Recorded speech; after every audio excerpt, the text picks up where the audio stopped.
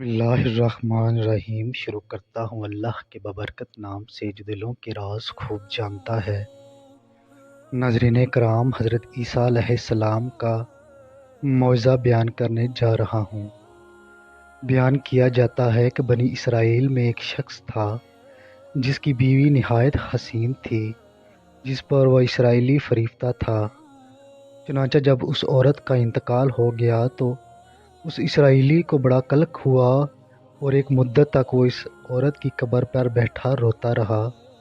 इत्फाकन हज़रत ईसा अलैहिस्सलाम का उधर से गुज़र हुआ तो उन्होंने उस इसराइली को परेशान हाल देखकर उसका सबब मालूम किया।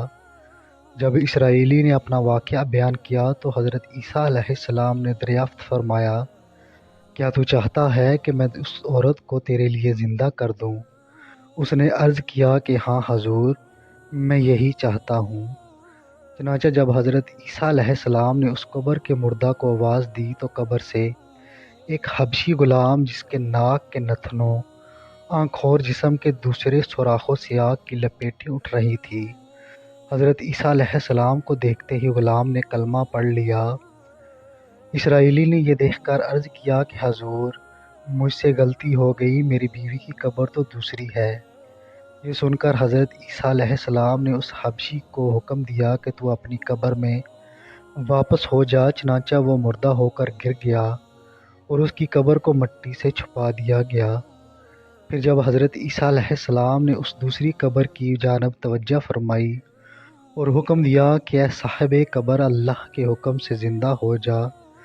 चनाचा कब्र फटी और उससे एक औरत सर से गर्द झाड़ती हुई बाहर आ गई और जिसको देखकर इसराइली बोला कि या रूह अल्लाह, मेरी बीवी यही है। और हज़रत ईसा अलैहिस्सलाम के हुक्म से वो इसराइली अपनी बीवी को हमरा लेकर वापस होने लगा, मगर अरसा से जागा हुआ था, इसलिए उस पर नींद का गलबा हो गया और उसने अपनी बीवी से कहा कि तेरी कब्र पर गरिया औजारी और बेदारी ने मुझे हलाक कर दिया है, इसलिए मैं चाहता हूँ कि कुछ देर आराम कर लूँ। बीवी कहने लगी कि हाँ, आप आराम कर लीजिए। चनांचा वो इसराइली अपनी बीवी के जानों पर सर रख कर सो गया। इतने में एक घोड़े पर सवार एक शहजादे का उधर से गुजर हुआ जो अपने ज़माने का यकता हसीन था, जिसको देखकर शहजादी आज खुद फरीफ्ता हो गई और इसका दिल काबू में न रह सका।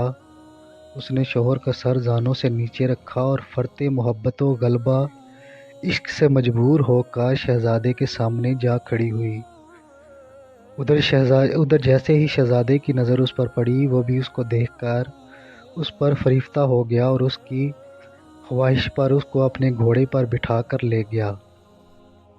चुनांचा उसके शोहर ने जब बेदार होकर अपनी बीवी को न पाया तो नहायत परेशान हुआ और उसके मिलने की तदबीर सोचते सोचते आखिर उसके निशान कदम पर चलकर अपनी बीवी को तलाश कर लिया, जो शहजादे के पास पहुंच चुकी थी।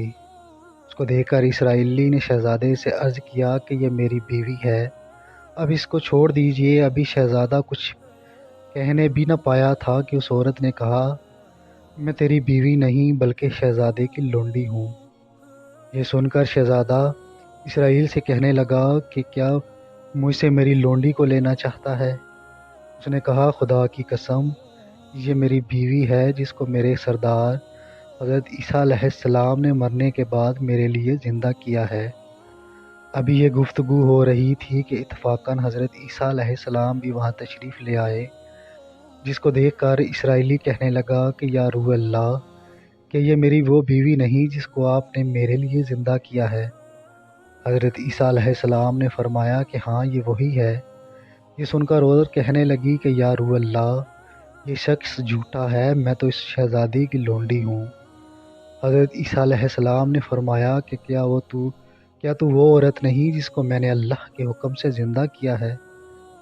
उस औरत ने कहा कि या रूह अल्लाह, बाखुदा मैं वो नहीं हूँ। इसके बाद हज़रत ईसा अलैहिस्सलाम ने फरमाया, जो जान खुदा के हुक्म से मैंने तुझे दी उसको वापस कर दे। ये सुनते ही वो औरत फिर मुर्दा होकर गिर पड़ी।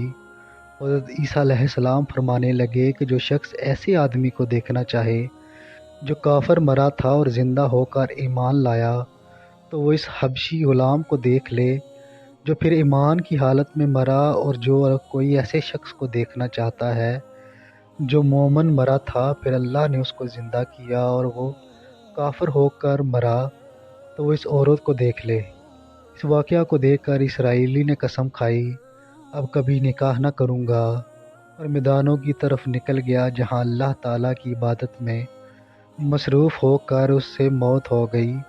اللہ تعالیٰ اس پر رحم فرمائے۔ تو ناظرین کرام، اس سے ہمیں حاصل ہوتا ہے کہ نبی اور رسول صلی اللہ علیہ وسلم کے اقرار و انکار کا نتیجہ اس حقائق سے ظاہر ہوتا ہے، اور سبق ملتا ہے کہ کامیابی اپنے نبی اکرم صلی اللہ علیہ وآلہ وسلم کی اطاعت و محبت سے ہی مل سکتی ہے۔ چنانچہ ہمیں بھی چاہیے کہ ہر حال میں اپنے نبی صلی اللہ علیہ وآلہ وسلم کی اطاعت کو اپنائیں۔ تو ناظرین کرام، اگر یہ سٹوری آپ کو واقعہ پسند آیا ہے تو ہمارے چینل کو سبسکرائب کر دیں۔